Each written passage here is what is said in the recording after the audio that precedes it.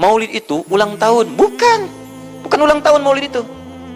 Bukan ulang tahun, bukan peringatan ulang tahun maulid itu. Ingat baik-baik. Kalau pakai peringatan itu pakai Id. Id, Idul Milad, ya, hari kelahiran, peringatan hari kelahiran, ulang tahun. Tapi kalau cuma maulid itu waktu kelahirannya. Apa hukumnya hari kelahiran? Hari kelahiran gak ada hukumnya. Yang melekat hukum itu bagaimana menyikapi hari kelahiran itu. Itu poinnya. Paham ya? Ketika ada perbuatan melekat kepadanya, maka di situ ada hukum.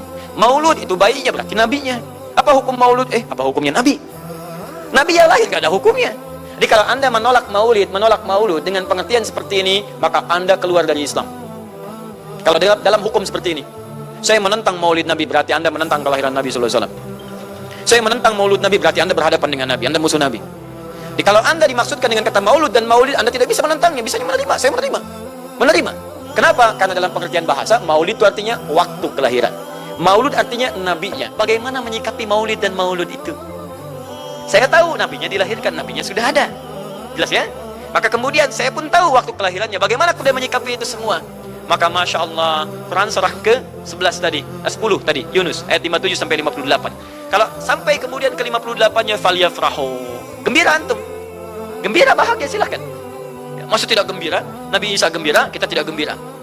Ya, Nabi Ibrahim gembira, kita tidak gembira. Nabi yang tidak melihatnya gembira. Masa kita yang mendapatkan bagian Nabi tidak gembira? Jelas ya? Nabi yang mengharapkan hadir saat kedatangannya gembira. Kita yang mendapatkan kedatangan beliau walaupun tak mampu melihatnya dan kita menjadi umatnya, masih tidak gembira? Umat dulu bukan bagian umat Nabi Muhammad karena Nabi Muhammad tidak hadir di zamannya.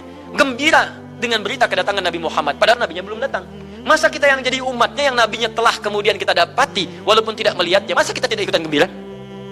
Maka pertama kita mesti gembira. Maka yang kedua, bagaimana mengekspresikan kegembiraan itu? Maka contoh-contoh dari Nabi SAW, bagaimana mengekspresikan kegembiraan-kegembiraan dengan Nabi SAW itu, pertama Nabi sendiri menyikapi hari kelahirannya dengan berpuasa di hari Senin. Jelas ya? Ini bagi Nabi sendiri pribadinya. Nanti jadi hukum untuk kita. Nah, sekarang bagaimana para sahabat menyikapi kelahiran Nabi SAW, kedatangan Nabi SAW, dan menyikapi keberadaan Nabi SAW. Bukan cuma lahirnya, tapi setiap kedatangannya. Nabi datang dari Madinah, dari Mekah ke Madinah disambut oleh para sahabat yang ada di sana. Nabi datang dengan perang Tabuk, dari perang Tabuk disambut oleh para sahabat di sana. Tala al-badru alaina min thaniyatil wada'i, wajib syukru alaina mada'alillahi da'i. Masya Allah, disambut dengan madid. Bukti kesenangan mereka kepada Nabi SAW. Ada yang memuji Nabi SAW seperti Hasan bin Thabit, buat puisi-puisi memuji Nabi. Seperti Zuhair bin Abi Salma, tadinya musuh Nabi, begitu masuk Islam memuji Nabi SAW. Ada yang lagi kemudian menghormati Nabi dengan kedatangannya, dengan mengikuti Nabi kemanapun. Nabi mencontohkan, amalkan. Nabi mengajarkan, ikuti. Masya Allah. Begitu Nabi meninggal, diabadikanlah kemudian nilai-nilai penghormatan itu.